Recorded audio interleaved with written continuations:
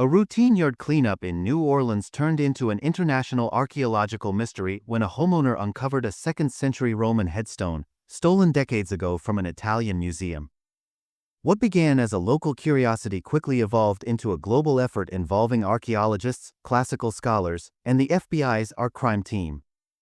The marble slab, inscribed in Latin, was discovered earlier this year in the backyard of a historic home in the Carrollton neighborhood, setting off an extraordinary chain of events that led from Louisiana to the ancient port of Civitavecchia, Italy. A startling find in Carrollton. In March, Tulane University anthropologist Dr. Daniela Santoro and her husband Aaron Lorenz stumbled upon a flat marble stone while clearing undergrowth in their yard at 1106 Cambron Street. The slab bore a Latin inscription that immediately caught Santoro's attention. Concerned that it might mark a forgotten burial, she contacted archaeologist Dr. Ryan Gray from the University of New Orleans. Gray, who has worked in New Orleans archaeology for over 25 years, confirmed that the property was not situated above a known cemetery. "We've mapped many historic burial sites, especially those connected to enslaved communities," he explained. But this wasn't one of them. The inscription itself was the key. Realizing that his Latin was insufficient for translation, Gray sent photos of the artifact to colleagues in Austria and at Tulane University. Dr. Suzanne S. Lusnia, a classical studies expert at Tulane, quickly recognized the inscription. It was a Roman funerary dedication for Sextus Congenius Verus, a sailor who lived nearly 1,900 years ago. Even more astonishingly, Lusnia found that the stone exactly matched a missing piece from the Civitavecchia City Museum in Italy. Once it became clear that the artifact had been stolen or lost from Italy, Santoro and Lusnia organized what they nicknamed Team Tombstone.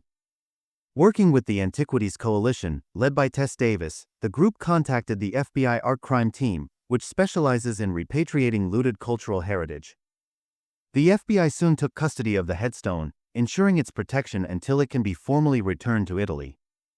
The stone, dated to the 2nd century CE, had originally been found near Civitavecchia, known in Roman times as Centumceli, a major imperial port northwest of Rome.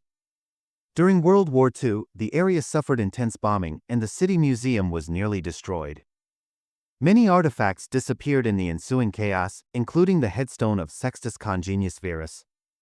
Tracing the stone's journey. With repatriation underway, the next question was obvious: how did a Roman tombstone end up in a New Orleans backyard? Historical records show that the Cambron Street property was owned by the Simon family for much of the 20th century. Frank Simon, a shoe company manager, bought the house in 1909 and lived there with his wife Selma and their daughters until his death in 1945. The home stayed in the family until 1991.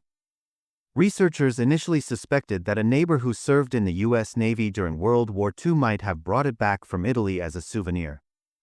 However, service records from the National World War II Museum revealed that the veteran had only served in the Pacific, not the Mediterranean. Lusnia's later research in Italy uncovered more clues. While the Civitavecchia Museum remained closed until 1970, a 1954 inventory mentioned the lost inscription based solely on earlier documentation. This confirmed that the piece had likely gone missing during or just after the war. U.S. Army records show that the 34th Division of the 5th Army passed through Civitavecchia after the liberation of Rome in 1944. It's plausible that an American soldier, unaware of the artifact's significance, took it home as a war souvenir, a common, though illegal, practice at the time. Returning a piece of Roman history. Today, the headstone is safely in FBI custody and will soon make its way back to the Civitavecchia City Museum, where curators plan to celebrate its return. It's a rare case where local curiosity led to the recovery of an ancient artifact, Gray said.